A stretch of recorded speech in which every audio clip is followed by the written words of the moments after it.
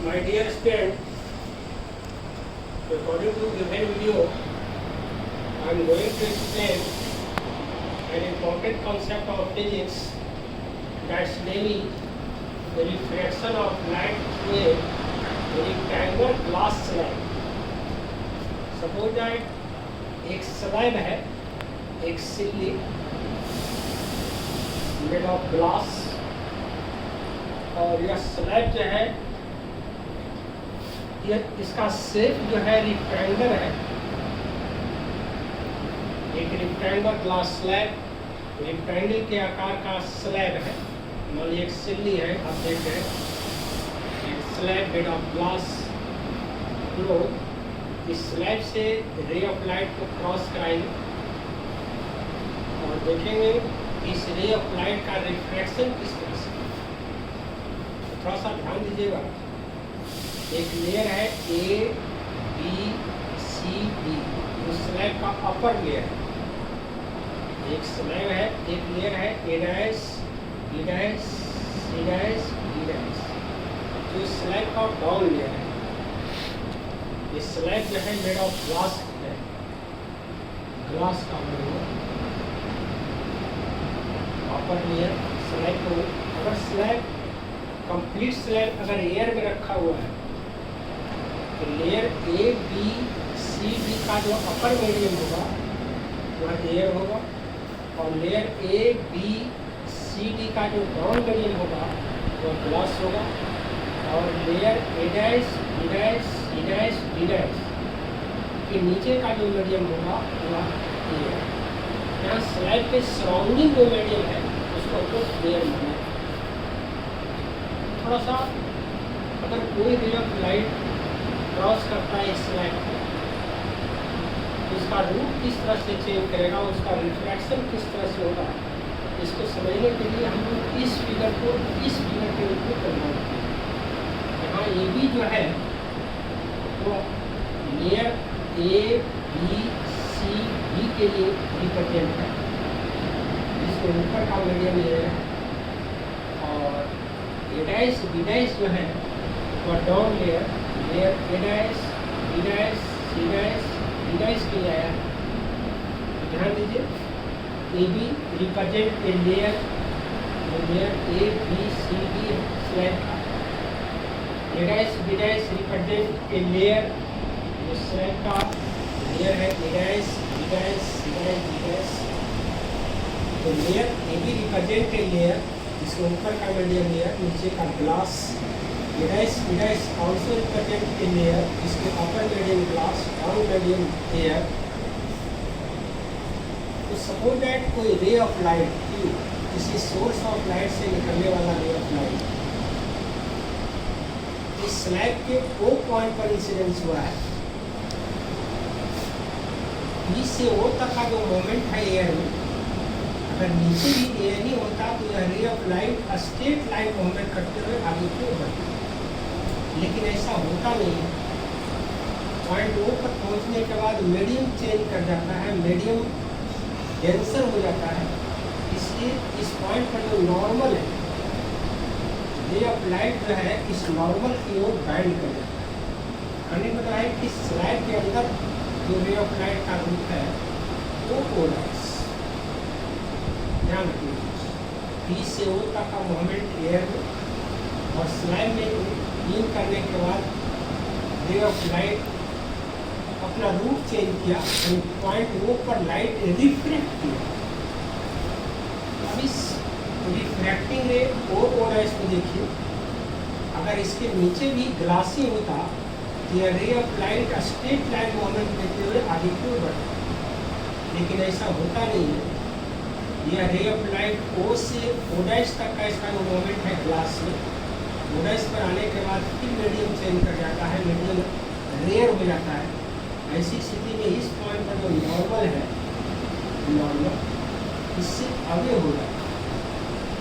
इस केस में हम लोग देख रहे हैं कि 2 पॉइंट पर लाइट का रिफ्रैक्शन, फर्स्ट पॉइंट को and second point. First point पर लाइट का मोमेंट है रेयर टू डेंसर, एंड ओडेस पर है डेंसर टू। इस तरह से पुनः अगेन एयर में लाइट इस रूट से लाइट जिस रूट से इन किया that's called direction of incidence. Slide में इसका जो रूट है ओ ओडाइस दैट्स कॉल्ड रिफ्रैक्टिंग। और ये तो इमरजेंट है जो बाहर निकलने वाला रे ऑफ लाइट है पूरा एयर में O D is R that's known as emergent है। तो पी ओ इंसिडेंस है O O D is refracting and ओडाइस R emergent. थोड़ा सा एक देखिएगा, इस एंगल को जो आई के रूप में लिया है, इस एंगल को आर के रूप में, तो पॉइंट ओ पर लाइट का जो मोमेंट है रिएक्ट टू डेंसर, इसलिए यहाँ पर आर जो होगा लेस देन। फिर यहाँ पर देखिए इस पॉइंट पर जो रिफ्रैक्शन है, तो कहने मतलब है कि यहाँ आई एंगल ऑफ इंसिडेंस के रूप में और आर जो है एंगल ऑफ रिफ्रैक्शन। अब एक चीज देखा जाए, रेक्टेंगल ग्लास स्लैब है, इसलिए layer A B and layer A dash B dash both are parallel to each other. ये दोनों लेयर जो होंगे एक दूसरे के पैरेलल होंगे। तो इस स्लैब का शेप जो है रेक्टेंगल है। A B is parallel to B dash B dash, तो ए बी पर जो ड्रॉप परपेंडिकुलर होगा और ए डैश बी डैश पर जो ड्रॉप परपेंडिकुलर होगा both are also parallel to each other. और ऐसी स्थिति में तो दोनों जो परपेंडिकुलर हैं यदि एक दूसरे के पैरेलल हो जाएंगे, इस दोनों पैरेलल लाइन को एक थर्ड लाइन इंटरसेक्ट कर रहा है। तो यदि इस एंगल का वैल्यू आर होगा तो इसका alternate pair A B R होगा। यदि एक एंगल आर के रूप में तो ए बी एंगल, और इसको ई माने हैं i angle of incidence, r angle of refraction और ई को एंगल ऑफ इमर्जेंट। यहाँ दो पॉइंट पर लाइट का रिफ्रैक्शन, एक ओ पॉइंट पर एक ओएस पर। वो जो पॉइंट है लेयर ए बी पर प्रेजेंट है और ओएस पॉइंट जो है layer A dash B dash. लेकिन इस ओ पॉइंट पर जो लाइट का रिफ्रैक्शन है, इसमें आई का value angle of incidence angle of refraction. According to second law for refraction of light for layer AB पर जो लाइट का रिफ्रैक्शन है sin I by sin R that's equal to A mu G। A represent air and G represent glass। हम first medium O point पर जो light का refraction है, इसमें फर्स्ट मीडियम एयर और सेकेंड मीडियम ग्लास। तो 1 mu 1 की जगह पर एयर और 2 की जगह पर। फिर अगर ओडाइस पर आते हैं, यहाँ पर जो लाइट का रिफ्रैक्शन है, तो ओडाइस पॉइंट पर आई के रूप में आर है, एंगल ऑफ इंसिडेंस के रूप में आर है, और एंगल ऑफ रिफ्रैक्शन के रूप में ई है। तो पॉइंट ओडाइस पर अगर देखते हैं लाइट का रिफ्रैक्शन, तो according to second law for refraction of light for Oda's point sin r y sin e, यहाँ I के रूप में r और r के रूप में that's equal to g mu। यहाँ पर लाइट का मोमेंट ग्लास टू एयर है, यहाँ इस पॉइंट के लिए first medium glass, second medium air. अब इसका इन्वर्स ले लें sin e by sin r, that's equal to होगा a mu g। इसी को अगर इन्वर्स के रूप में लिखा तो sine r by sine e को यदि आप जी म्यू ए लिखते हैं, तो sine e by sine r को ए म्यू जी का है।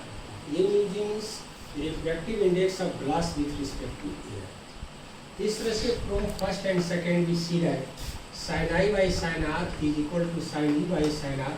सब कैंसिल करते हैं तो sign I is equal to sine r is equal to sine e, या आप कर सकते हैं आई इज इक्वल टू ई।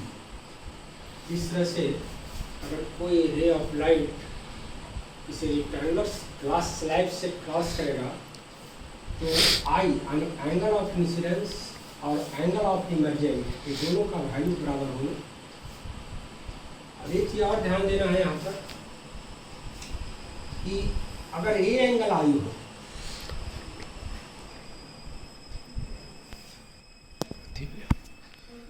लेकिन एक चीज़ है अभी, हाँ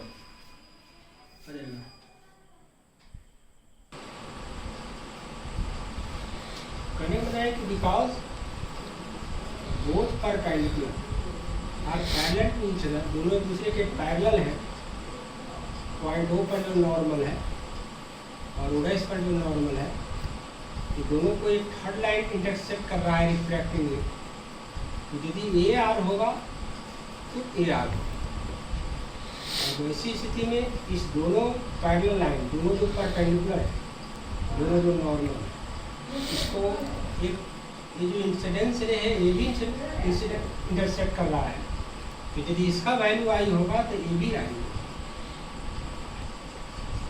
और यदि ए आई है तो ए आई, और ए आई होगा तो ए आई, वर्टिकल एंगल करते हैं। और इस तरह से I is equal to E. अब देख रहे हैं आप दो लाइन है, दो स्ट्रेट लाइन, एक पी क्यू जो डायरेक्शन ऑफ इंसिडेंस रे, और एक ओडाइस R direction of emergent ray. इस दोनों को एक थर्ड लाइन, ये जो नॉर्मल है ओडाइस पर, ये इंटरसेक्ट कर रहा है। और इस तरह से इंटरसेक्शन है कि I is equal to E, both are corresponding angle. यदि दो स्ट्रेट लाइन को कोई थर्ड लाइन इंटरसेक्ट करना, इंटरसेक्शन इस तरह से हो कि कॉरस्पॉन्डिंग एंगल का पेयर यदि इक्वल है, it means P Q is parallel to ओडाइस आर। इस तरह से कोई रे ऑफ लाइट यदि रेक्टेंगुलर ग्लास स्लैब से क्रॉस करेगा तो P Q it means direction of incidence ray, and ओडाइस R direction of emergent ray, both are parallel to each other.